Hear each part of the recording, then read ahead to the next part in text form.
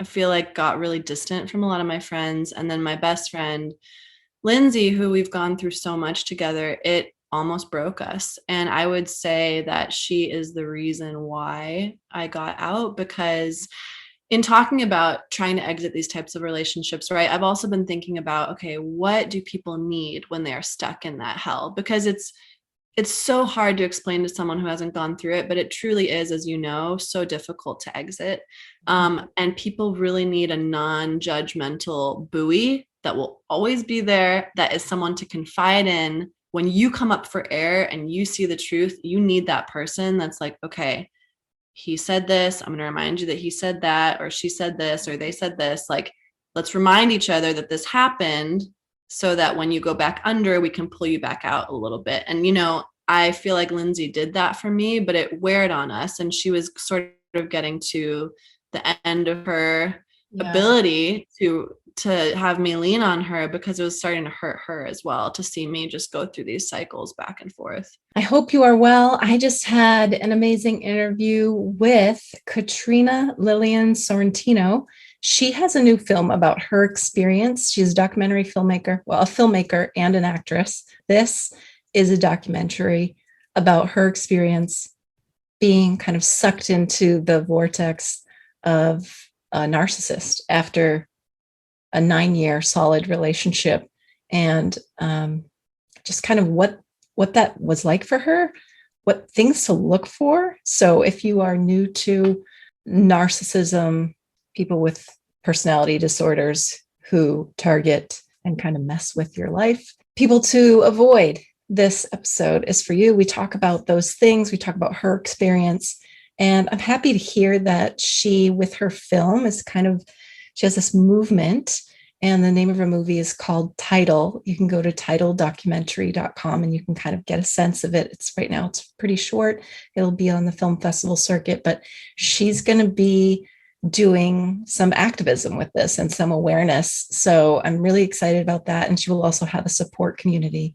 And I asked her specifically if she's going to be taking this to, high schools and colleges and growing awareness, because that's really one of the number one comments I see when I share things, is that people say, I wish I knew this. Like, why don't they teach this in schools? If I had known this, like, I wouldn't have lost 10, 20, 30, 40 years of my life, right? So I'm super excited to share her story, because she wasn't married to this person, didn't have children. This is a dating relationship. It's, kind of a little bit different than some of the other interviews that I've had where there was a marriage or a long-term situation or children were involved. So this is more for the single person, how it feels to be swept up into one of these relationships, and then, what it feels like to get pulled back in, or trying to pull you back in. And it's a little bit about his situation, the family dynamics, her friends, what they observed, and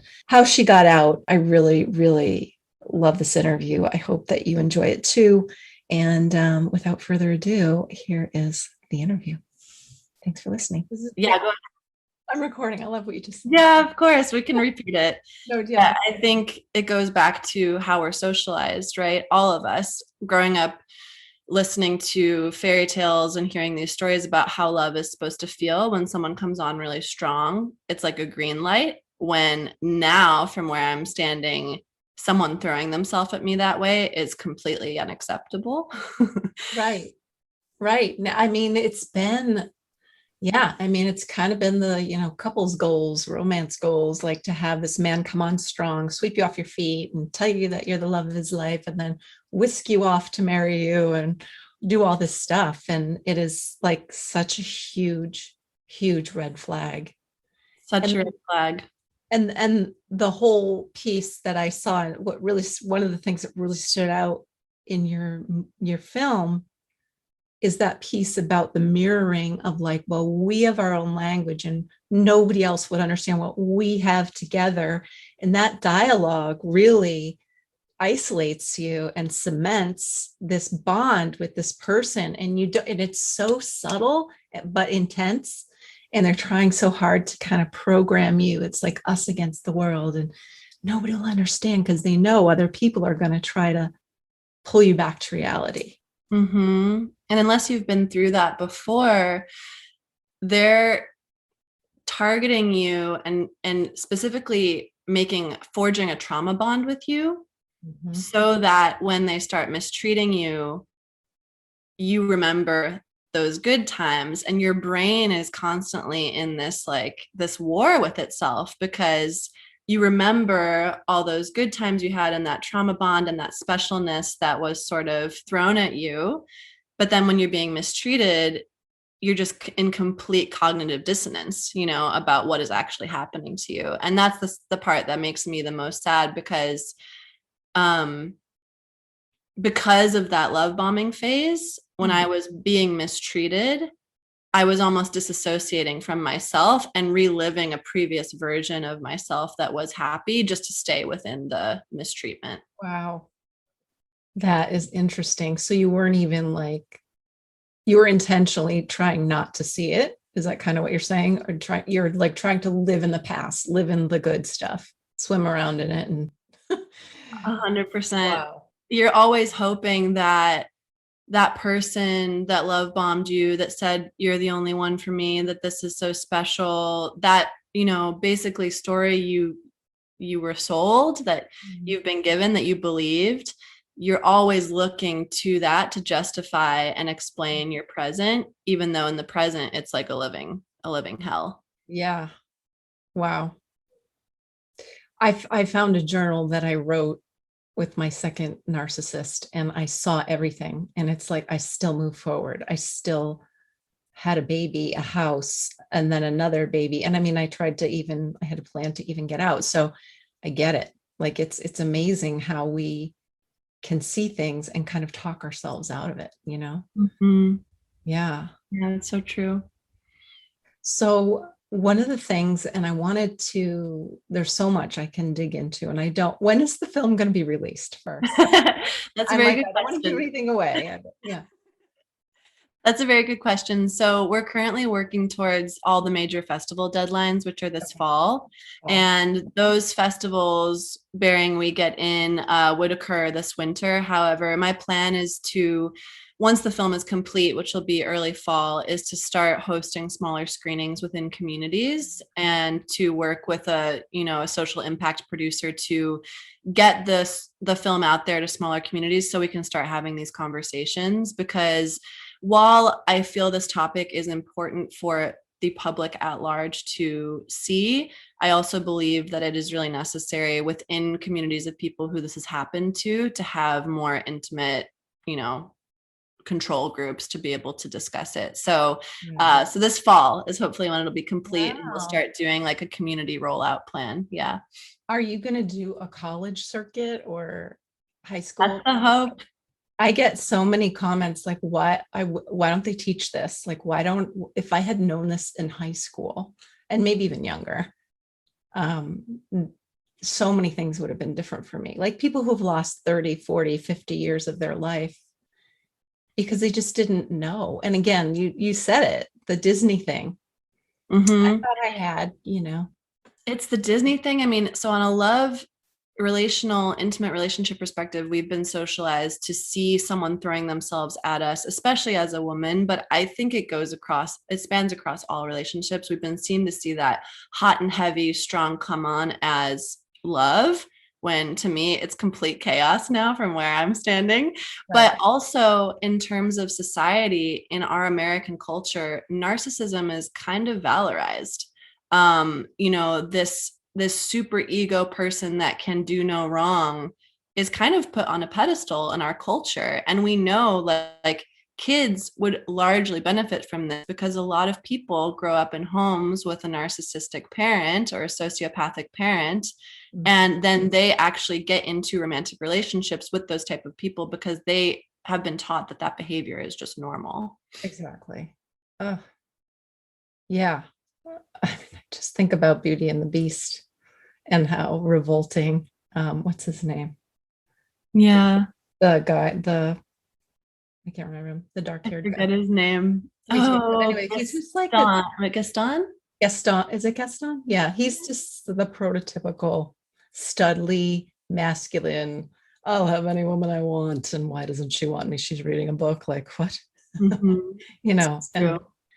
wow. Yeah, it's powerful. And so, one of the things in the movie, and I've been interviewing other people because I'm putting together a course about exiting these relationships, which can be Right. really super tricky, especially with children, a little less so when you don't have, you know, all the entanglements of marriage, a house, whatever. Like if you're dating, but it's still hard because then you're sort of like a little satellite floating alone and vulnerable. You don't have that anchor or the why to kind of keep them away, and you're more likely to get pulled back. And the average woman, they say, goes back like 8 times. I So know, tell isn't me that about crazy? you and your situation. Did you go back? Yeah, I did. My situation was so unique, and yet it still happened. So I matched with this person on a dating app, and it was the first time that I'd ever used dating apps because I had recently exited a 9-year relationship and a 4-year marriage. So Wow. it was my first time ever using dating apps. I think I just turned 30. I'm 32 now. And this person I matched with, we matched and we had plans to get coffee. And I wish I would have just met them for coffee, but I wasn't ready. And so I just made up some excuse. And I was like, I'm sorry, I'm actually on my way. I'm moving to France. I'm about to go start a new life. And he was like, oh, well, I'm going to France over the holidays. Like maybe we can link up then. And I was like, okay. And so we kept talking, and in my circumstance, I had recently just left a community that I had called home for 12 years. I was in a new country. And while I speak the language, like I was isolated from all my friends. And so you can imagine for a narcissist slash sociopath to come into my life, it was like the perfect storm because that love bombing, Yeah. when I was feeling my grief, when I was feeling alone, when I was feeling, pulled outside of myself, they were there. And so the love bombing phase, I would say, lasted for about 6 weeks before we met. And the moment we met, I knew. I knew I had been catfished. Like I was just like, oh no, he doesn't look like his photos. He has a completely different energy. I was not attracted. But because so much had gone into the relationship until we met, like, we're going to hike the Andes when you graduate from this program. We're going to do this. You're going to come move with me here. I was already in such chaos in my mind. And I think it just silenced me. And so I stayed. And so we continued to date. And about 2 months later, um, he said some things that didn't make sense. So I had been talking with my best friend the whole time that I was starting to date this person. And she was like, let me just see if I can like find anything online about him. Yeah. And so she pulled, up until that point, we didn't have all of his info. And after about 2 months, like I knew his name or what I thought was his name, I knew some other details. And she just went online and pulled a public records report. And as you saw in the film, pretty much everything that I had been told was a lie. And Mm-hmm. yet I stayed. Oh my gosh. So I mean, sad. I broke up with him soon after that because it was overwhelming. But 2 months later, we started talking again, and I did go back. And I had so much shame at first to admit that to people that I had gone back. But as I've been healing and learning that your brain is quite literally withdrawing from a drug, and just like as if you were addicted to a substance, you need support, you need a community, you need a group. I didn't have that. I didn't even know what had happened to me. I didn't know what this was called.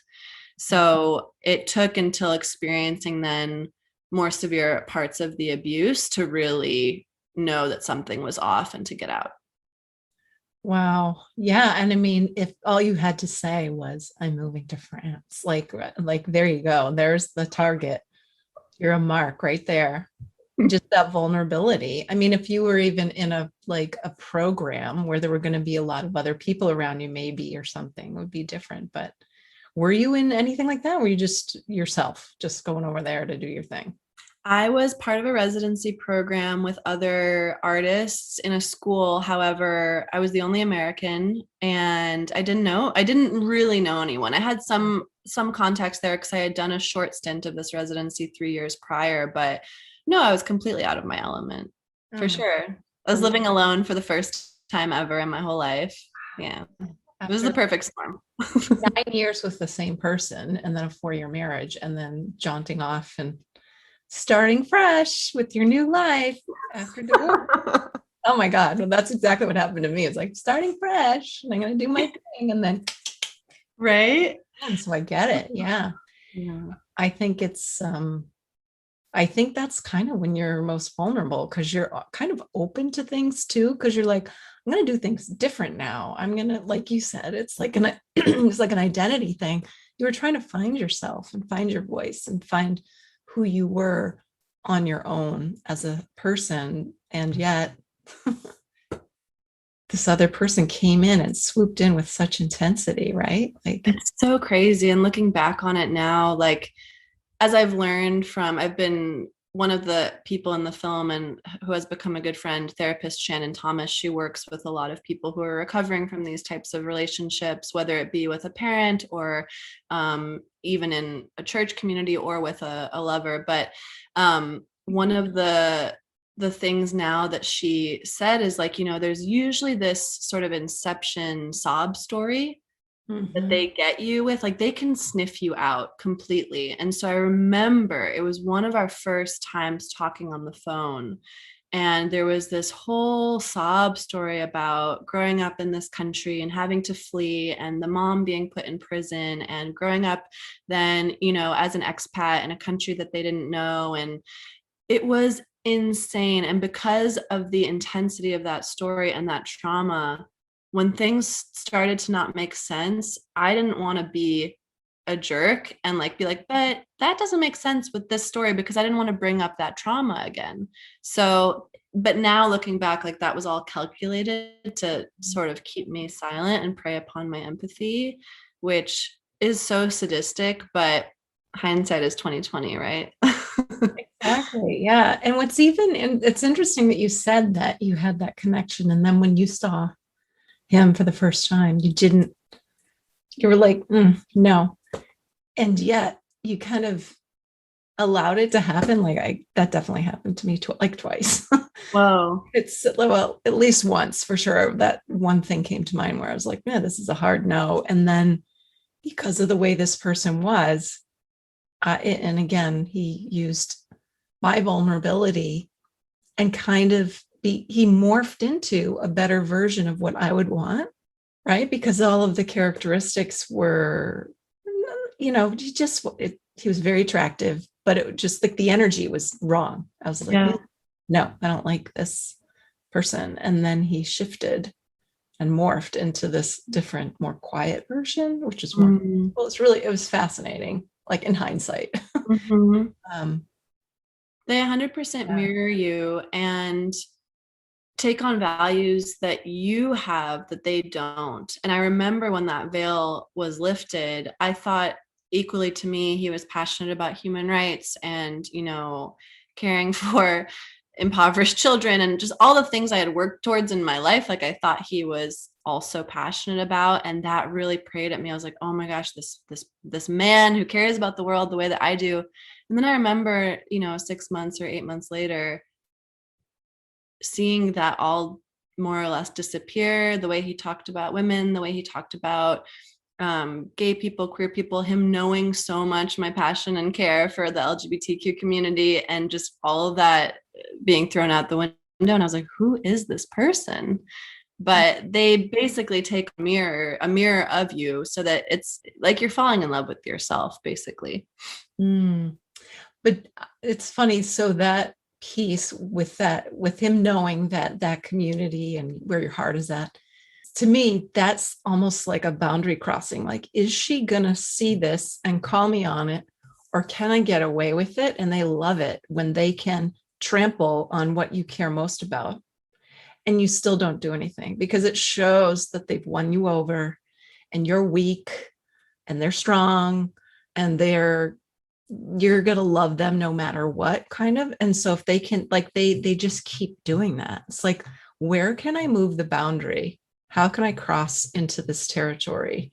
That's like one of the best examples of a real red flag, right? Because you tell them this is what matters, and then they deliberately do Mhm. something that's in direct contradiction to either what they've promised or said they believe in, or just they just do it. Like, I've Mhm. set hard boundaries, and then they're just like, oh no, instead of that, I'm gonna come and visit you instead of meeting you halfway. And it's like, Mhm. what? And that's supposed to be romantic. It's like, no, I said no. And Yeah. that happened to me many times. And in hindsight, I was like, oh yeah, that was a major boundary cross. That wasn't romantic. That wasn't. Yeah. In my case, I remember early on, he had said a couple of things about, about being gay, and I was offended by them and I called him out on it. But early on, when he was still trying to love bomb me and get me, he apologized. Right. Later on, after we had gone through the idealized cycle, and then we had gone through the devalue discard cycle a couple times, and I had been trained to be silent or I would lose love. Right. Later on, he would make those comments about women or about, the LGBTQ community or about myself. And he would say really rude, horrible things to me. And because I was afraid of losing the love, losing the relationship, I just stayed silent. Um, and I got really sick as a result, so anxious, lost so much weight, was just in a psychological sort of hell until I could pull myself out. Wow. So were people around you worried about you? I mean, I know you're far away from everyone, but were they seeing you like on video and commenting? Yeah, and you saw this in the film. I mean, that relationship really further isolated me from my community. I'm part of a huge, robust, beautiful artist community in Brooklyn. Like, I feel like got really distant from a lot of my friends. And then my best friend, Lindsay, who we've gone through so much together, it almost broke us. And I would say that she is the reason why I got out, because in talking about trying to exit these types of relationships, right, I've also been thinking about, okay, what do people need when they're stuck in that hell? Because it's so hard to explain to someone who hasn't gone through it, but it truly is, as you know, so difficult to exit.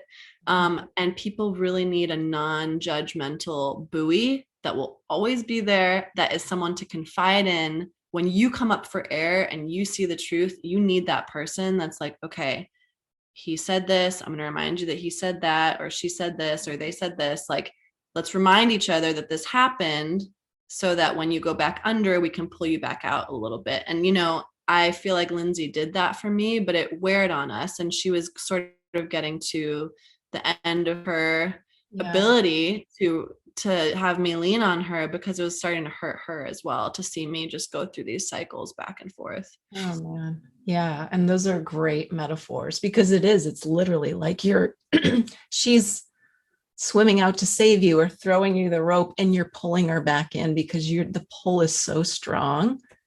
And you can only go through that so many times and not just be like, screw it. Like Mm-hmm. this isn't working. How many times do I have to go through this? Right. Mm-hmm. But I agree. I mean, I made a video. It's not on YouTube yet, but I made it a while back, and it's just about one person believing.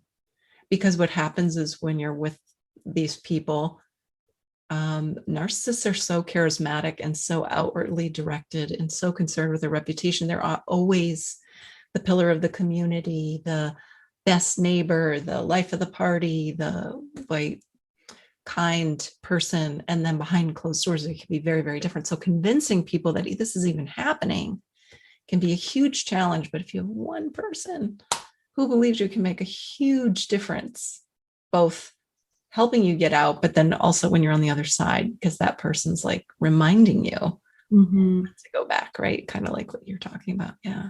It's so true. And I recently was that buoy for another friend who confided in me. And it was so hard. It was so hard because, she said she was going no contact and then went back, and said she was going no contact and then went back. But I was just like, there is no judgment here. Like, I know how hard that is, and I'm going to be here no matter what. Even if you go back 7 times, like, I'm going to be here. You need a safe person to confide in and to know how it feels when your nervous system is settled, talking to a safe person versus talking to someone who is going to pull you out of your center. And but it is painful work for the person that is trying to help that person exit the toxic abusive relationship, for sure. Right. That person's, I like to say that that person just being the believer and the witness is super helpful because it's validating, right? Mm-hmm. Obviously not that person's job to rescue you. It's your job to kind of figure that out. But if they can be there and remember that that's not their job, Mm-hmm. but they can still witness and validate and still take care of themselves, right? Yeah. They probably need some therapeutic help as well, because as you said, it's a lot. And then if they're the only one who believes and no one else believes, it's even harder. Yeah, it's so true. Yeah. It's so true. I'm grateful in my circumstance, my person. I mean, and I feel conflicted in diagnosing anyone because I never went with him to a therapist. Right. I'm just sort of making calculated assumptions based on these traits, right? But he had confided in an ex-girlfriend that he had been diagnosed with antisocial personality disorder. And we know that people with antisocial personality disorder are technically sociopaths. So my person, it was maybe in some ways easier because they said they had friends, but I never saw any of the friends. They were very private, very isolated. They would never meet any of my friends. So in some ways, it made it a little easier for me. While the abuse was still bad, I didn't have to be out in public with this person and see how they were so, valorized by all these other people, and then in silence suffer and be like, but they're not like that, because I only saw him in private. So that was also fascinating. That is interesting. Yeah. So you were in public together. We were in public together. Yeah. And he was really kind to wait staff, to people, like, had good social skills. And his family, we hung out with his family a bunch, and they're amazing, but never met any friends, and he would never meet any of my friends, which was funny. Wow. Mm-hmm. How did his family react to you? Like, yeah, it's so conflicting, right? Because my intention with this whole project has never been, I wish him well. Like, I truly wish him well. right. I hope he finds peace. I hope he heals. I know that there's been a lot of trauma in his past. My intention with this project has just been using my experience to be able to talk about this on a larger level, because I know that in society it is so ubiquitous. But the family, at least the family members that I dialogued with and have a relationship with, they were the ones that actually told me to get out. Like, they didn't have the same language as I do now, based being in this world, right? We have these terms like love bombing, flying monkeys. Like, they didn't have those terms. Like, when you've gone through this, you start to really try to figure out, like, what the heck happened to me? But they used the word, oh, he's a psychopath, like, oh, he's exhibited this pattern with other women before. Oh, you don't deserve to be treated like that. Oh, he's crazy. You should get out. And so I just find that fascinating too. Like, even if a family doesn't have the language that we have in this survivor space, they know something is off as well. Right. Because you're so genuine and caring or whatever. But was he lying about his name too? Like, how did that work out when his family was around? Was there like, you're calling him one thing and they're like, wait, what? Who is he? So awkward, right? Just like a whole world of awkwardness. Like, they were like, yeah, we were wondering why you would always like say weird things and that were not right about this story or about where he's from. And they were like, we were just always wondering, like, wow, why is Katrina saying this weird stuff? Oh my gosh. Which kills me. That kills me. I'm just like, wow. Correct you either, or say, well, wait, what do you mean?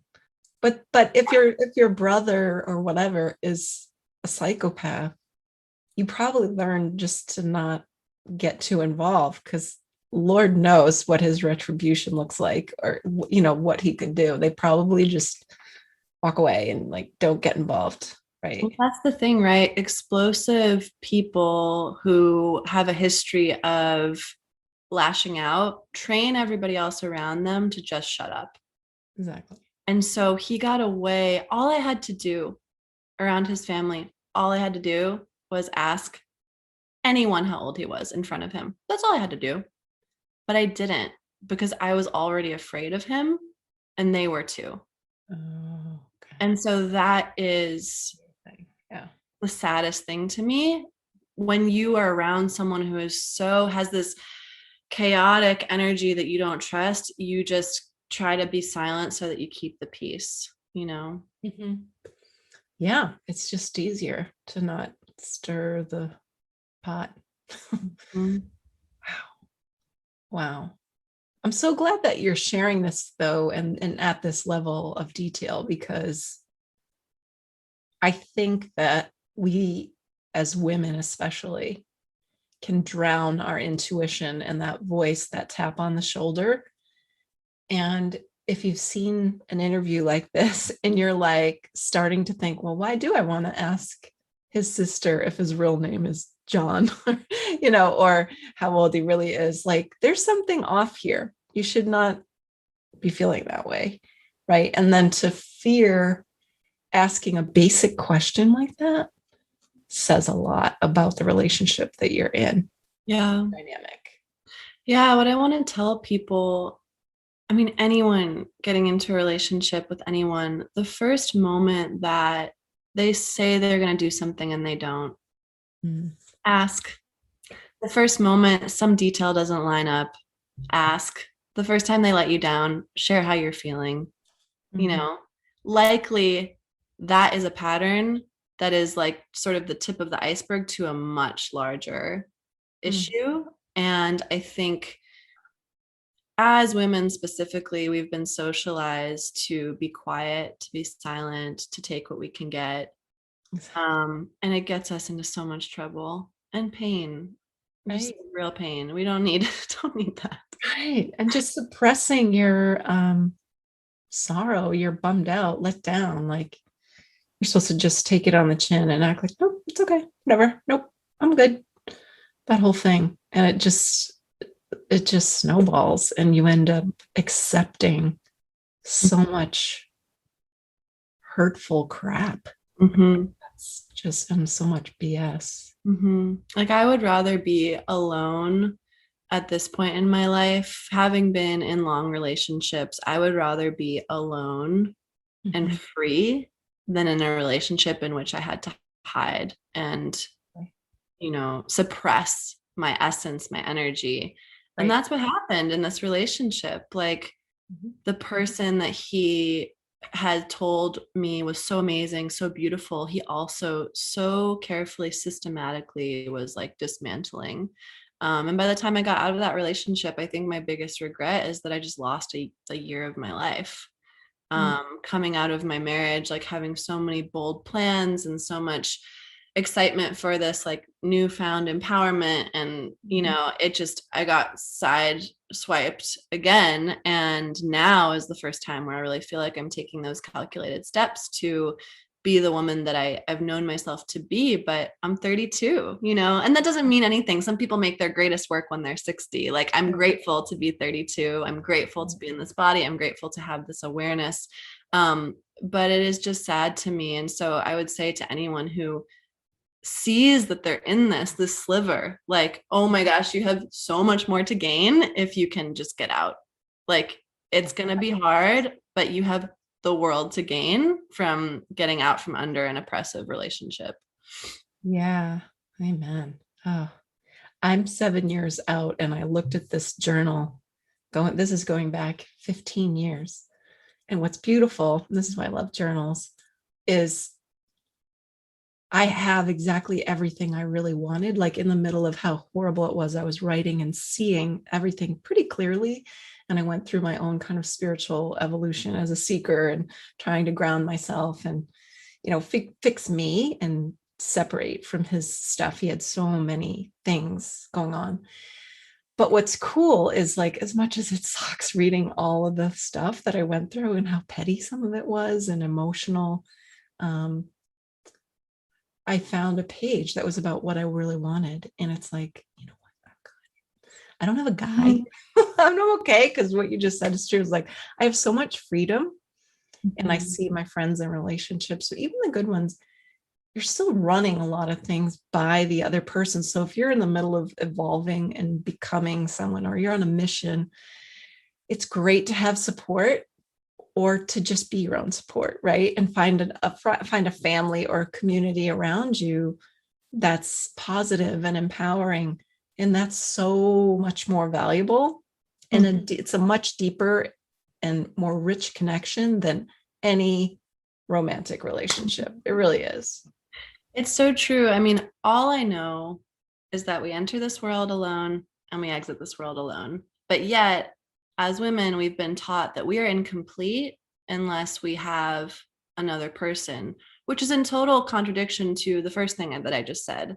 Right. And so if we can just learn to see that story as complete BS and really find our autonomy and our center, then lovers can come into our lives, relationships can come into our lives, family, children, but we will always be rooted and we will always be grounded and we will always be complete without needing someone else to complete us. And I think that when someone beautiful comes into our life that's healthy, that magnifies us, yes, that's great. But I think we're at real risk when we've been taught that we're incomplete within ourselves for someone like a narcissist to come in, for someone like a sociopath to come in, because we're just waiting for anyone to complete us. But not everyone is worthy of being let in. In fact, a lot of people can do a lot more damage than they can good for your health and for your well-being.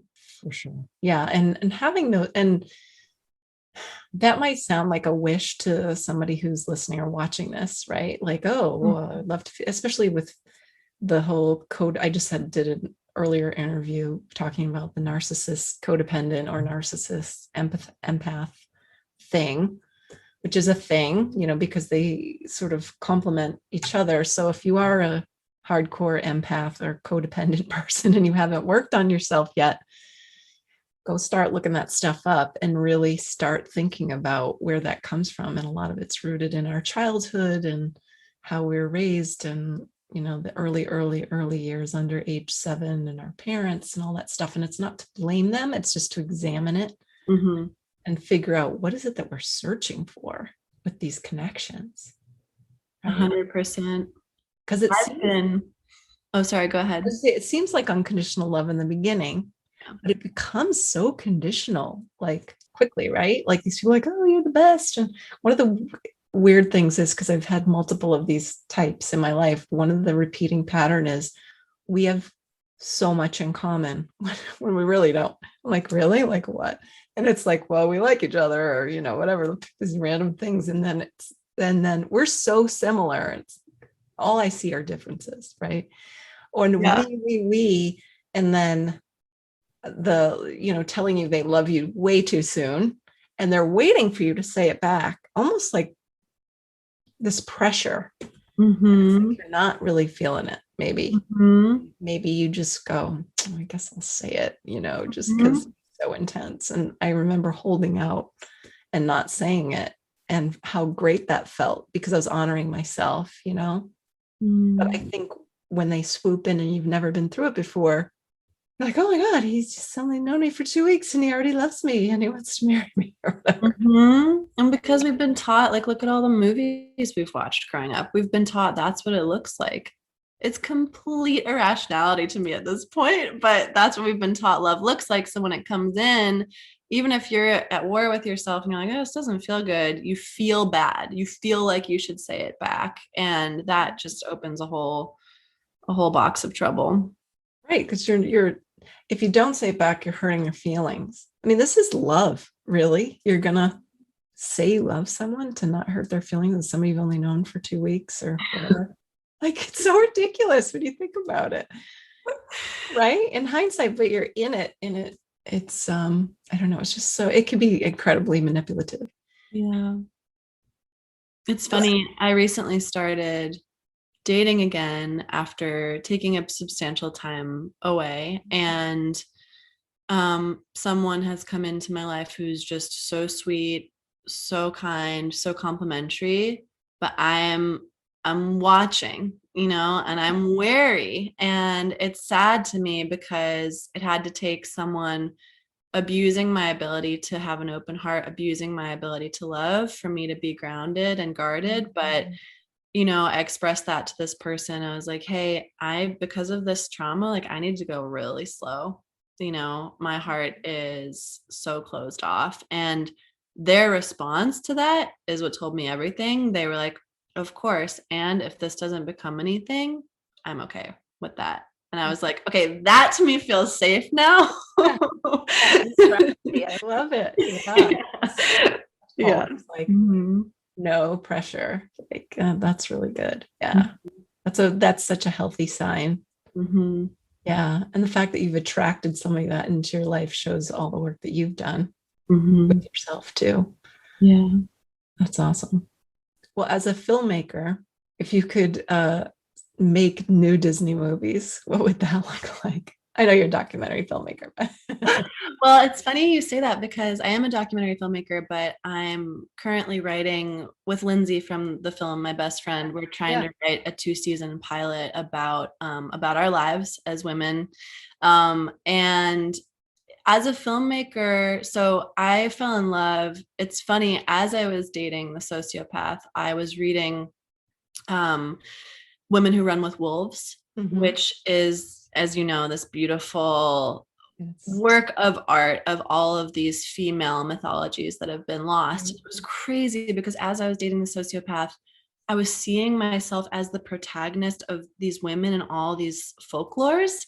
And so I think if I were to, as a filmmaker today, make things, I would tell these alternative stories of the other, stories that are not within the patriarchal framework. So we could have different examples of what it means to be a woman, different examples of what it means to be a man, different examples of what it means to be intersex, non-binary, because we don't have those. And I think it causes so much harm and so much damage, right, in so many ways. But I think, primarily speaking to women in the situation that I'm coming out of, if we were to have better role models, that your whole life is not just to find your man and to have your family, what would that do? What would that do for us when we get into these situations? We'd be able to see the writing on the wall so much sooner. Yeah, it's not everything. Yeah. Oh my gosh, I love that. Yeah. So you're in the film, you have other people you've connected with, which is really cool. And their stories are kind of woven through as well. And I'm thinking of Kevin. I think that's his name. Mm-hmm. So he had an older woman who's a narcissist in his life, right? So how did you meet him?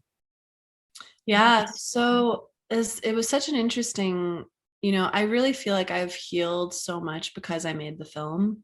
Like film is life, life is the film, all mixing together. But when I got out of this and went no contact, I didn't know what had happened. Some other women started telling me, like, I think you were dating a narcissist, or like, have you looked up this person's work? And I started following these narcissism accounts on Instagram, and I was like, holy cow, like, whoa, that resonates, that resonates. And through following some of these accounts, I connected with Kevin. And then I had seen an Instagram live he had did speaking out against his abuser.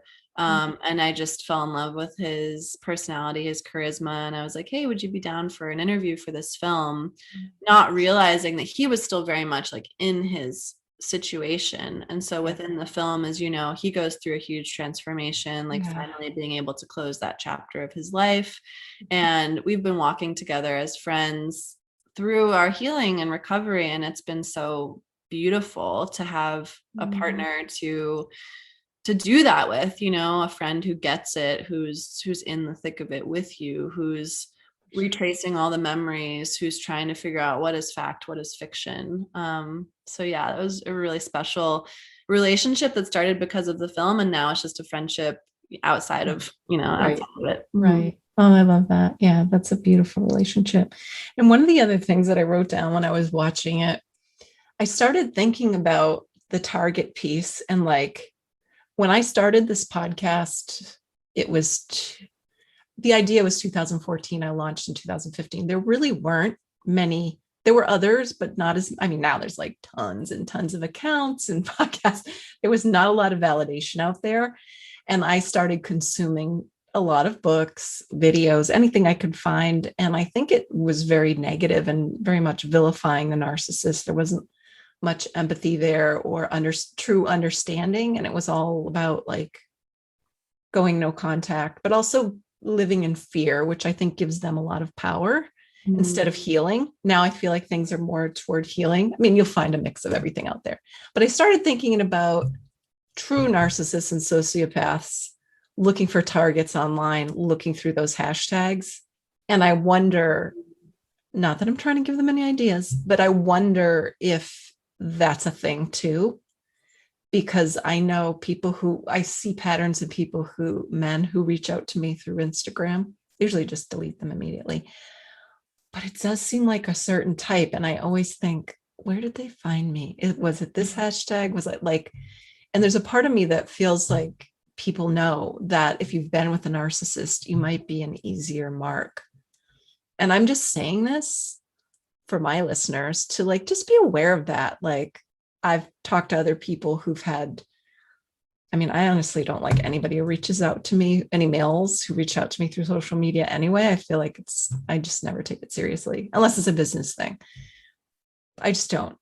Because I feel like it's not a dating app, it's Instagram or whatever, like, but I think it's something to be aware of because you have a history, you're sharing your story, and you are vulnerable in some way, even though you're more aware and you're like, oh, that's never going to happen to me again. I sort of feel like they know.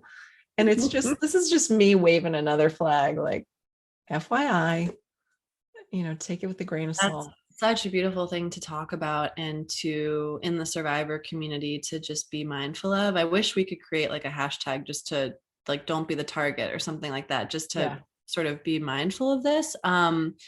Because that energy does, unfortunately, and that's where it's important for us to do our work too. So I have been in CODA for the last 3 months. I do have a sponsor. I just, when this happened, while I never think abuse is in no way ever any survivor's fault, I do think it was important for me to look at what are my wounds, what motivates me, why do I get off center? And so I've been, healing the codependent wound, which is just like, I want to be loved and I want to give love. And that's who I am. I have a big heart, but I have to learn how to protect her.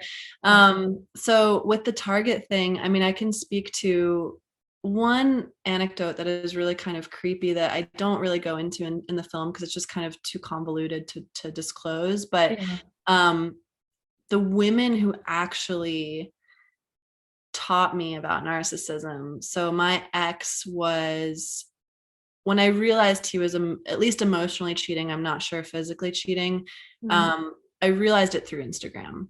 So many women that he would comment on their page or repost, or, he just made it so obvious that I was like, I wonder how he knows them. Does he really know them? Are they his friends? Right. And after we broke up, while I was so confused and sort of coming to figure out what happened, I reached out to them. And I was like, I don't know what I just went through.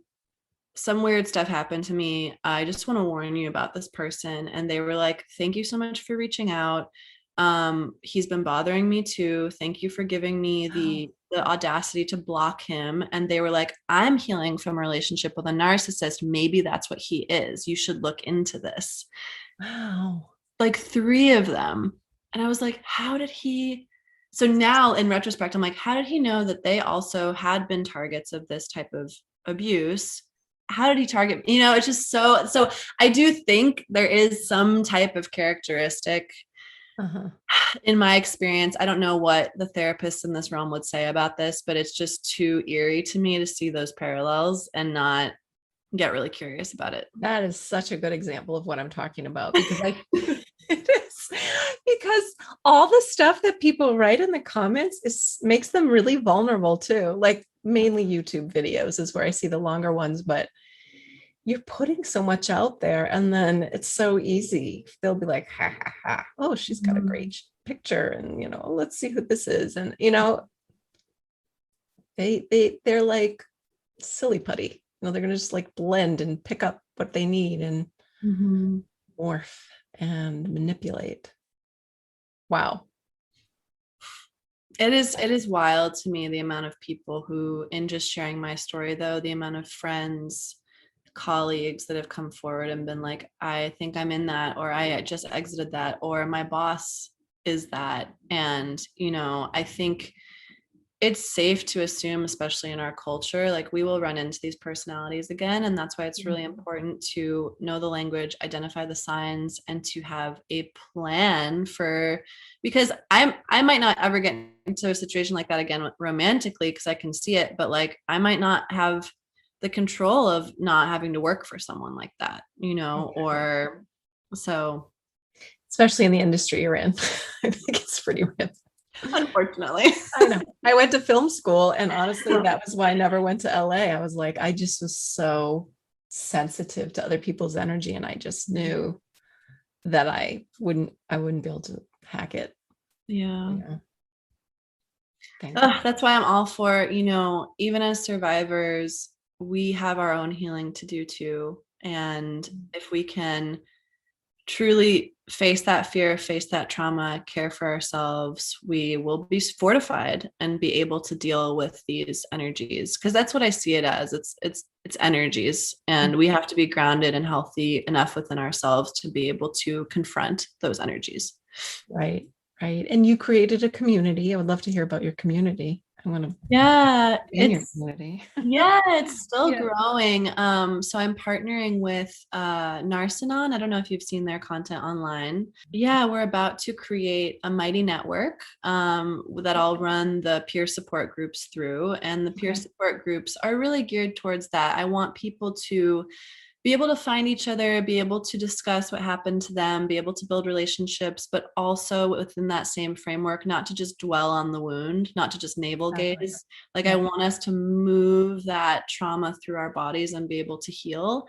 So no peer support session that I host will ever not do that. Like we will talk, we will meet, we will share stories, but then we will also go into meditation, go into breath work, go into some simple practices that can soothe our nervous system, journaling exercises, because I think in discussing this type of stuff, it's sort of unresponsible to sort of just leave it hanging in the ethers. It needs to be then sort of pushed through the body and transformed.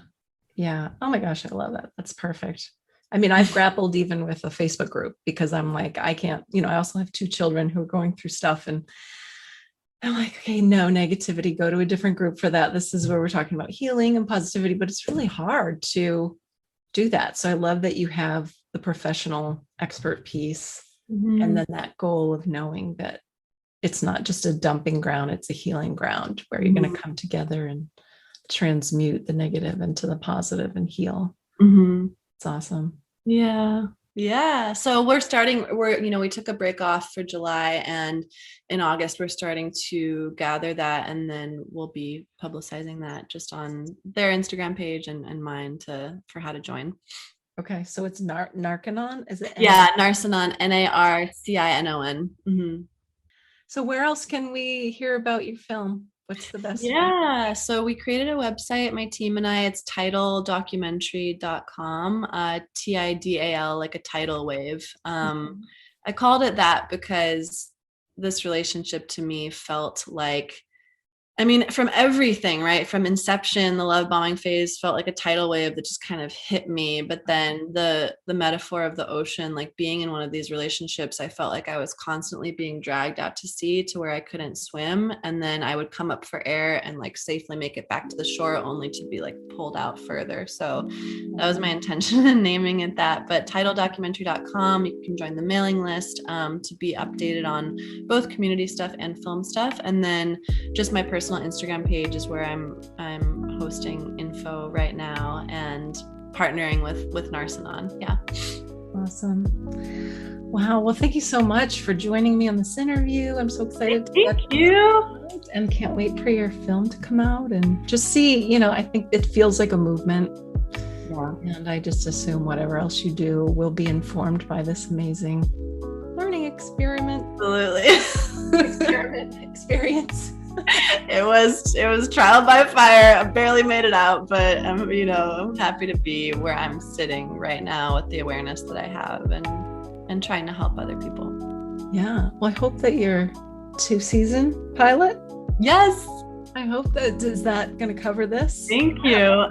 This will be a part of it for sure. My character, that's a big part of her story. So for sure. So many people will be able to relate to that. So that's going to be amazing. Yeah. I will keep my fingers and toes crossed. Yeah, thank you. Thank you so much for this. You're very welcome. You're amazing. Thank you. It was so great to finally connect with you.